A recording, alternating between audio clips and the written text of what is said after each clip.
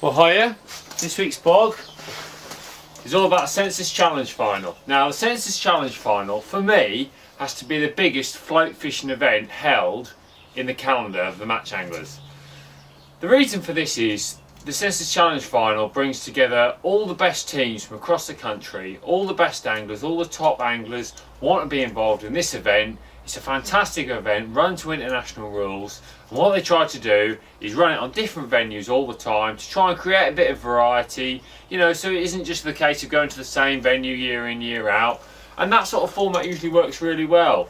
The French census team come over, got some fantastic anglers in their team, so it's always nice to mix with anglers from different countries because you always learn a bit.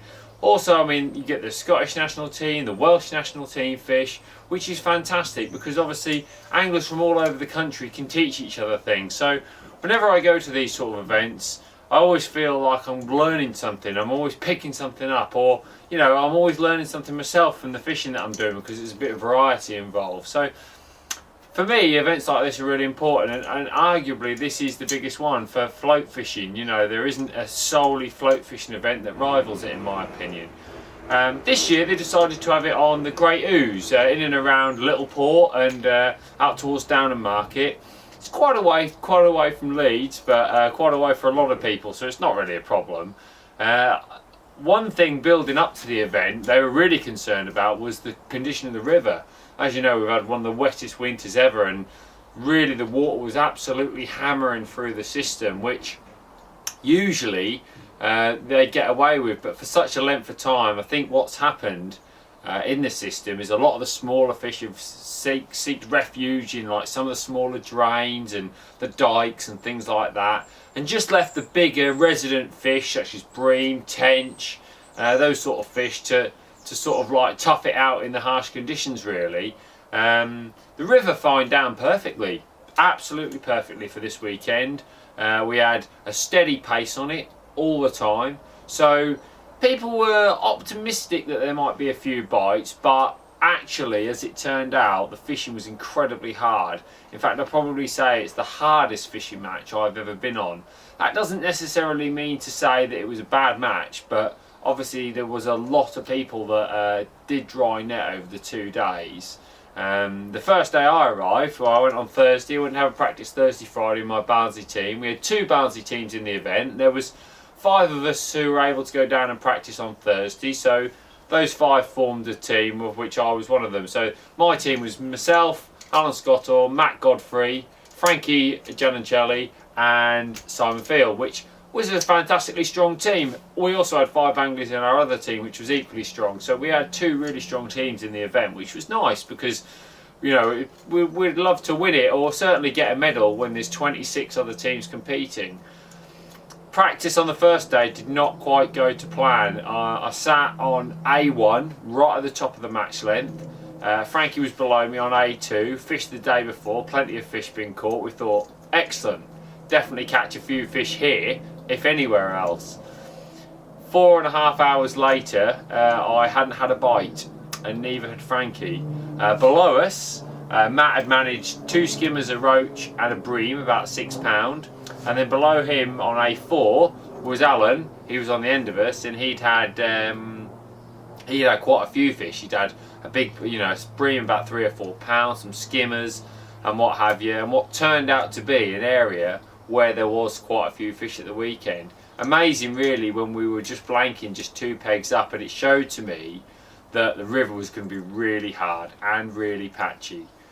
Now I always say when the fishing's hard and the fishing's patchy, you've got to stack the odds in your favour. Stack the odds in your favour of getting a bite. Do everything you can to optimise your chance of getting a bite. Spend the most time in the water that you can. Make sure you're fishing on the bait well in your fed area nice and neatly. Make sure you're fishing with a bait that's likely to catch you a fish.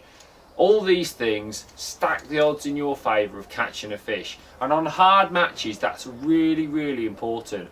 And that's sort of something we all sort of talked about going into the weekend. We said, look, let's try and do everything we can to catch a fish. Let's not worry about going all aggressive for that one peg that is going to bag up, because if you're on a good peg, you'll catch a few fish anyway. So from a team point of view, catch a fish was mission 1. We had a practice on the Friday, and with that in mind, I cupped all my bait in. I cut my bait in nice and tight, and I fished over the top of it. Now, there was 3 different ways to fish over the top of it, and I always say this about any river fishing. I always think you need a rig for holding, a rig for easing through, and a rig for running over your bait. Those 3 options give you the 3 varieties of presentation that might catch you a fish. Now, the fishing this weekend with the pace on the river was generally about a 12 gram flat float, which I'm just going to find for you here. This one's 15, but very, very similar. 15 gram flat float. I personally was using the Crusoe Sharks. For me, they're a really nice flat float with a small shoulder on. The torpedoes are also good, but I can read the Sharks better myself. You've also got variety in the bristle, which you can change, which I'm quite happy with, which means that when you've got if the flow changes, you can adjust the bristle position. So for me, a good range of flat floats was important. I was happy to go out and purchase some floats and make sure that I had the right floats available for the conditions. That was my holding rig. You know, if you're going to hold a bait over the top, you need to make sure you've got a float that can do it. So non-toxic shot in the UK, so I used some drilled bullets, some non-toxic drilled bullets, and then a string of number 8s, sort of 4 number 8s, just to keep my bait pinned on the bottom. And that was the most important thing. I was on my box with my pole between my wrists, right on top of my bait. That's maximising my chance of getting a bite. I'm right on my bait, I've cupped everything in, that gives me a chance. I also had a rig for easing through, which was just a lighter float, just a smaller, maybe a smaller Shark or a Sensis Stash, something like that. They're quite nice flat floats as well. 6 gram would have been ideal. As you can see, it sits quite upright with the bristle up, so you can move it through the swim really slowly, just edging your pole tip through, just creating that enticing hook bait over your bait. If there is a fish there, that little bit of movement might just trigger them into getting a bite. So I was prepared to ring the changes, maybe the easing float every now and again, and the holding float, you know, if I wanted to, you know, maybe just keep it in a really steady position for a length of time, hoping something will pick it up. The final rig, in case there was an odd roach about, was a runner. So I always will use the PT Series A. I think they're a fantastic shaped float. I don't know if you can see that there. Basically, it's a nice rugby ball shaped float with a nice visible fibre bristle, a bulk and a couple of dropper shots like on all my rigs, and that's for running through over the river. Maybe checking it a little bit or just running it at the pace of the river over the concentrated baited area and hopefully catching a fish. More likely to catch a roach in those conditions. So for me, often at the start of the match and at the end of the match was my best chance of catching a roach, which I know seems very negative or not brilliant fishing, but this is, you know, on this particular occasion, it's what had to be done. So on that Friday practice, I actually caught a skimmer about 12 ounce. I caught a skimmer about 12 ounce. I was going to say I was the only one to catch fish there, but I wasn't. Frankie also had a perch about 4 ounces, and the other 5 anglers in our team practicing blanked. Dorking were just above us, they blanked. We had Starlet's, one of Starlet's teams just below us. I think they had a couple of perch by the bridge. It was obviously going to be very, very, very hard, and just doing everything you could to give yourself the best chance of catching a fish, and then just getting a bit of luck. You know, if you've done everything you can, then getting that bit of luck. So on the first day, I actually drew 2 pegs away from where I'd been on that Friday practice, so I knew how hard it was going to be. It was going to be incredibly difficult to get a bite. I just felt that nailing my bait over the top of my cupped area, I cupped all my bait in, I felt it was important just to keep it all tight. Better for a team plan to cup it. Maybe balling it would have been a little bit more aggressive, and you know, that could have worked, but it wasn't working for most people, and I felt that cupping it in as a team strategy to catch a fish was better. And it paid off. After 15 minutes I caught a roach on the nailing rig, about 4 ounces. A fantastic start. There'd been 1 bream caught in the section, and for 2 hours that was all that was caught, a roach from myself and a bream. I kept working my bait, working hard, still nothing. Picked up the running rig a bit later on and managed to catch a small perch, about 1 ounce. Again, you know, another fish in the net. I needed that. 5 ounces meant somebody had to catch a 5 ounce plus fish then to beat me, which, you know, everything you were putting in the net helped. As the match wore on, it was obviously getting difficult. There'd then been 1 or 2 other anglers had caught a roach, and I believe a perch had been caught as well. Really, really hard fishing. In the last 15 minutes, the wind dropped off, the sun was dipping down, and I just felt there was a chance of another roach. So I picked up the running rig and just let it go at the pace, just held it back a little bit, checked it, and I caught another one, about 5 ounces of roach. And then I had one right on the whistle. Now, unfortunately, you have to have the fish out of the water when the whistle goes. And I actually hooked the fish, and I was shipping my pole back very quickly, but the whistle went.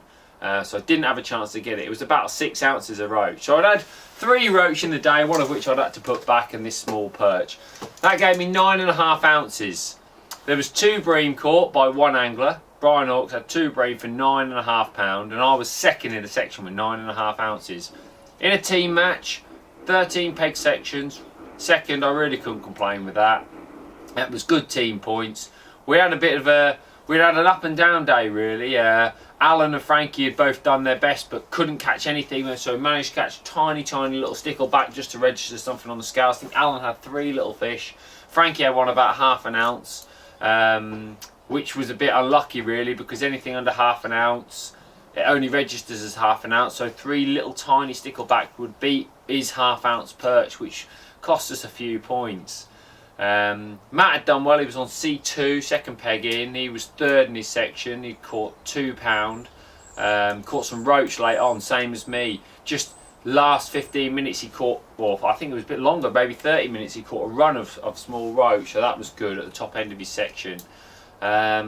And then Simon Fields had unfortunately blanked, but he had a tench on. He'd had it on for about 15 minutes, seen it at the net, and it had got off. So that tench was massive. He was obviously with a blank, he was last in his section. However, he would have, he would have been a little bit, well, he would have been first in his section, £3 won his section. So that was a massive point swing for us as a team, which I was disappointed about, because I felt that, with that tench, we'd have actually been second on the day, but we were back in 9th. That didn't bother me going into the next day, because anything can happen on these sorts of matches. It's going to be really hard. There's a lot of money up for grabs for the team. It's all about a team event, so I really felt that if we could do the same the next day, we've been close to a very good score. Let's do the same the next day and see how we get on. My draw put me on A26. No bones about it, at end peg. I honestly felt there was going to be some roach there. It was going to be a good part of the section, and I was really confident of catching some fish. I really did feel that I would, either win or be top 3 in the section from that peg. I felt that the rest of the section was going to be hard, and that peg would throw up some fish. I set up exactly the same rigs as the day before. The nailer, easing, running through. I also set up a line for a tench close in, because I had been on tench caught everywhere. And what I decided to do, on the whistle, again, team match, wanted to make sure I caught a fish, so I cupped my bait in. Anglers above me, Will Freeman, Paul Slack. Will Freeman's thrown his bait in, balled his bait in. Paul Slack above him has cupped his bait in. I felt because I was end peg, cupping my bait in would be fine, there'd be some fish there, and I would catch fish nicely over my bait. Unfortunately, that didn't happen. I've had probably 30 minutes without a bite. Will Freeman's had 7 roach in that time, which was always going to be good straight away, 7 fish. Paul Slack above him, who had cupped his bait in and had 5 fish, and I just felt that maybe I'd made a mistake cupping in. Maybe I should have thrown my bait. Maybe that noise that Will created in his peg has drawn the fish to him. Drawn them past me to him, maybe. I don't know for sure. But Paul above him had cupped his bait and he was catching, so it was always going to be a confusing one. Then I started to catch a few roach. I caught a few, and I think I got to 6 and Will had 9, and I thought, well, that's alright, I'm coming back now, I'm catching a few roach. Just keep working hard, steadily away, and I'll keep catching. The next 2 hours were a complete disaster. I've not had a single fish. The 2 anglers, Will and Paul, were both catching roach steadily for those 2 hours. Not brilliant, just steady odd roach. I've not had a single bite. The pegs above them have both blanked in the end. So it just shows that there was a little shoal of roach had just congregated on, probably between Will and Paul, and I was just on the back end of them catching a few at the start, and then they'd gone. Ever so disappointing, really felt I was going to catch some fish. I'd heard there was a couple of other people who had caught sort of 20 roach each next to each other, so it seemed like there was odd little pockets of roach in our section. Going into the last hour, I kept trying to provoke a response, threw a little ball now and again, cupped a little ball now and again, threw 3 balls at one point just trying to provoke a response. Nothing happened. In the last 45 minutes I've caught a roach and I've ended up catching another 6 more and a perch, so I had 12 roach and a perch in my net, and I've weighed 1 pound 8 ounces. I must admit I was ever so disappointed because it's all about the team. I really felt I could get a win for the team, but I couldn't do it. I was 6th in my 13 peg section, which isn't a disaster. I think cupping my bait has concentrated what fish came into my peg, and I've managed to catch them really quickly. I mean, when they came in, I really did catch them quickly and made the most of it. There was several people. Well, there was Will's had £3, Paul had 2.12. I think Will had just about £3.5 maybe. Paul's had a big £2, a couple of other £2 in the sections, but 4 or 5 blanks, definitely pockets of fish. But I had managed to concentrate the fish that were there to come 6th. So I was disappointed, but 6th isn't a complete disaster for the team. Elsewhere, we'd had some fantastic performances. Frankie in B section, he'd fed this tench line short that we talked about. He's caught a tench on it. He's also caught a perch 12 ounces, so he got his points even with the perch, but that tench as well as won in the section, so that was a win for the team. We also had Alan catch a bream on a slider and a bream on a bollo. I mean, Alan's fished a bollo in the middle of the river, wind's been off his back and he's fished it fantastically. From what I understand, nobody else in the section set a bollo up. Fantastic performance to catch that. One of them was £5, the other was £1. He's had £6. Great performance. Simon Fields has been in E section where I was the day before. We've talked about the cupping of the bait, nice and accurate. He'd caught 3 roach or 2 roach and a perch, 8.5 ounces, and come 3rd in the section. Was that coincidence that both me and Simon caught those roach in that section, and I'd caught a fish there the day before just cupping the bait? We'll never be sure if it was or not, but we have caught there 3 days running, so you know, maybe there was something in what we were doing. Matt was on C7, down from where he was the day before. Ever such a difficult area, odd big fish caught. He's not had one. He's had 2 perch or a perch or 3 perch, I'm not 100% sure, but he's weighed 4 ounces and come 10th in his section. He didn't have a lot of chance. If he'd have caught a big fish, it'd have gone for him. But he has caught 3 fish. There has been some blanks in his section, so he's done the job for the team. That meant we had 21 points on the day. So we had 32 points the day before, which was 21 points was a great score. Doing some work next door, sorry about that. A great score. And we actually ended up coming joint second 1 points, but we lost on weight count back. We had £16 cumulative weight, and then Team Wales have done fantastically well. They've had the same points as us, but they've beat us by £2 and they've come 2nd. Winning the event with a fantastic point score were Maver Image. They've scored 14 day 1, they've scored 24 day 2, 38 points, they've dominated. They have dominated the event. Have they drawn well? Have they fished it well? I think it's a combination of both. You don't catch fish on a hard river unless you fished it well. So in the end, the event was a fantastic skeptical of anglers and fantastic organisation. I mean, Rob Hewson did a fantastic job organising everything, and Mark on the day sorted everything out well. Just disappointing that the venue didn't fish. There were a lot of dry nets, but to walk away with a third place medal out of 26 teams, a little bit of money back, wasn't a complete disaster. So that's this week's vlog. Moving on to next week, probably going to go to Lindo next week in preparation for the Winter League semi-final. So a little bit of commercial fishing coming up. I can't wait.